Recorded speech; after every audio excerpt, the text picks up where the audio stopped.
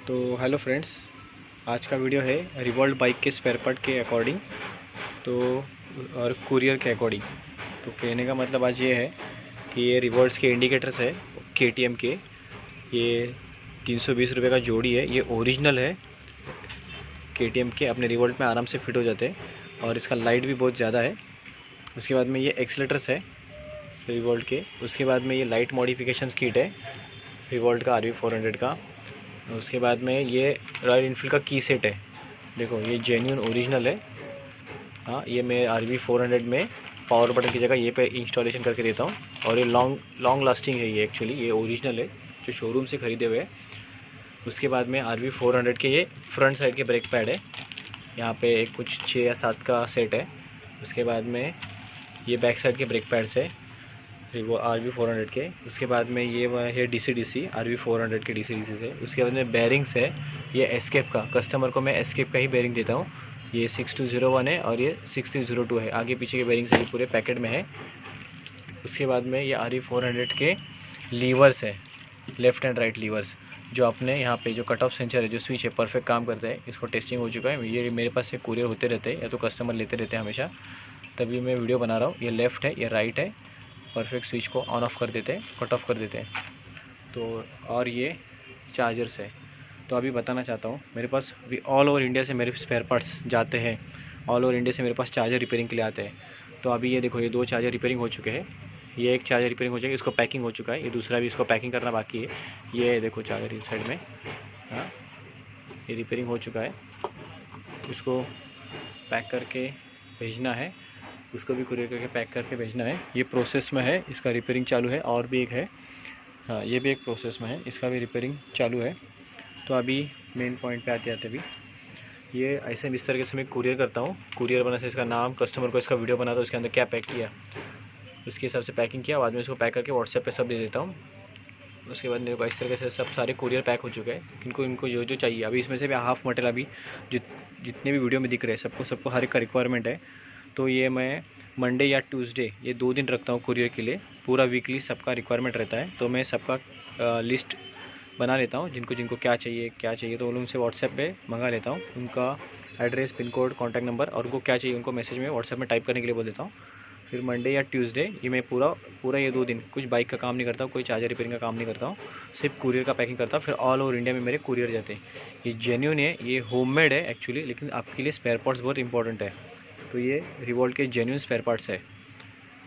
तो इसमें packing charges आ जाता है, और जो भी है आपको व्हाट्सएप पे उसका पूरा डिटेल दिया जाएगा। आप कॉल कीजिएगा, मैं मेरा वीडियो में डिस्क्रिप्शन में मेरा नंबर दे दूँगा यूट्यूब पे।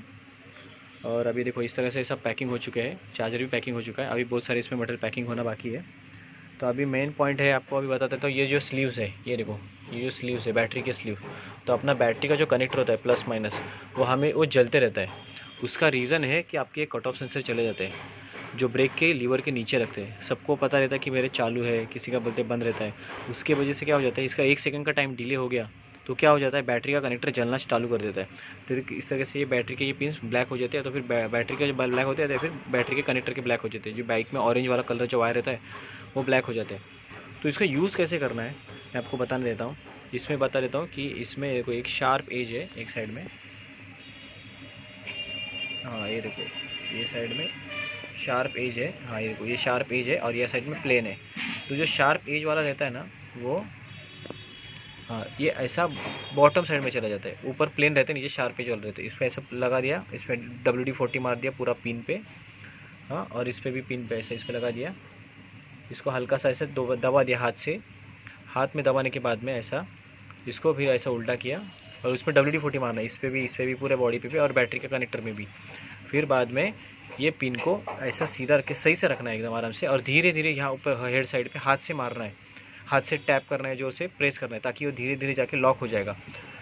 तो ये बैटरी के इनसाइड, बैटरी के जो होल्स है उसमें जाके लॉक हो जाएंगे। तो आपका बैटरी का कनेक्टर पहले जैसा एकदम नया हो जाएगा और टाइट, और ये पिन पूरा एकदम परफेक्ट टाइट भी हो जाएगा। और ये लॉक भी यहाँ पे लॉक है आपका, लॉक भी हो जाएगा। तो आपका जो गाड़ी है फ्लिकरिंग करता है, बंद चालू होता है बार बार, उसकी वजह से DC भी उड़ जाता है कभी कभी। तो ये प्रॉब्लम इसे सॉर्ट आउट हो जाएगा। इसका डालने का रीज़न पता है क्या है, आपका बैटरी कनेक्टर क्यों चलता है। सपोज़ आपका बैटरी कनेक्टर माइनस वाला जल रहा है, तो आपको ये स्लीव डालना है, और जो जला है उसमें ही ये डालना है, जो अच्छा है उसमें नहीं डालना है ये जो स्लीव्स है। ये देखो इसमें ऑलमोस्ट मेरे 2-3 कुरियर के तो स्लीव्स ही है, तो सिर्फ स्लीव्स उन्होंने मंगाए हुए हैं। तो जिनका माइनस वाला कनेक्टर बार बार जल रहा है उसमें उनको स्लीव डालना है, और माइनस में पिन में ही डालना है, और उसको और WD-40 मार के ऊपर से प्रेस करना है, तो जाके टाइट हो जाएगा, आपका पिन हो जाएगा। जो नया है उसमें कुछ पॉजिटिव निगेटिव, जिसमें अगर जिसमें पॉजिटिव में समझो कुछ नहीं हुआ है, निगेटिव में हुआ है, तो निगेटिव में ही डालना है, पॉजिटिव में जाएगा नहीं। अब ट्राई भी मत करना, नहीं तो फिर ये आपका पिन बेंड हो जाएगा। तो जिसमें जो एरिया बंद हो गया, अगर पॉजिटिव का भी गया निगेटिव भी गया है, तो दोनों में काम करेगा। जिसका अच्छा है, कुछ प्रॉब्लम नहीं हुआ है, तो उसको यूज़ नहीं करना है। दोनों अगर पॉजिटिव भी अच्छा है निगेटिव भी अच्छा है, तो आप बोल रहे हो लूज़ हो रहा वगैरह हो रहा है, ऐसा कुछ हो रहा है, तो आपको नहीं यूज़ करना है। आप मंगा के रख सकते हो। लेकिन अगर माइनस वाला जला है तो आपको कट ऑफ सेंसर डालना है। ये लेफ़्ट एंड राइट साइड का जोड़ी है। सॉरी फ्रेंड्स, थोड़ा पॉज करना पड़ा।